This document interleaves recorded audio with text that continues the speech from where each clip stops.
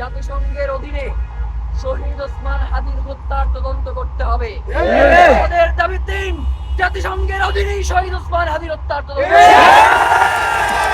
আমাদের কোনো দাবি নাই।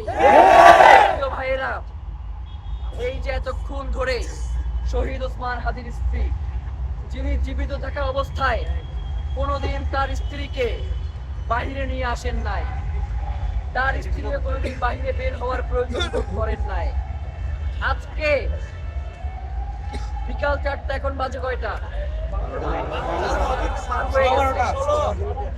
8 ঘন্টা ধরে এই শীতের মধ্যে শহীদ ওসমান হাদির স্ত্রী যমুনার সামনে বসে আছে।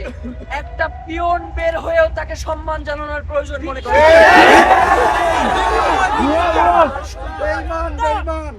11 মাস বয়স, দুধের বাচ্চা,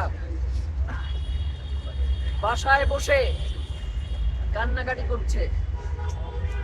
যে এখনো বুকের দুধ খায়। যারা এখানে মা আছেন আপনারা বুঝবেন যে সন্তান ছাড়া একটা মা দুধের বাচ্চা কিভাবে দূরে থাকে।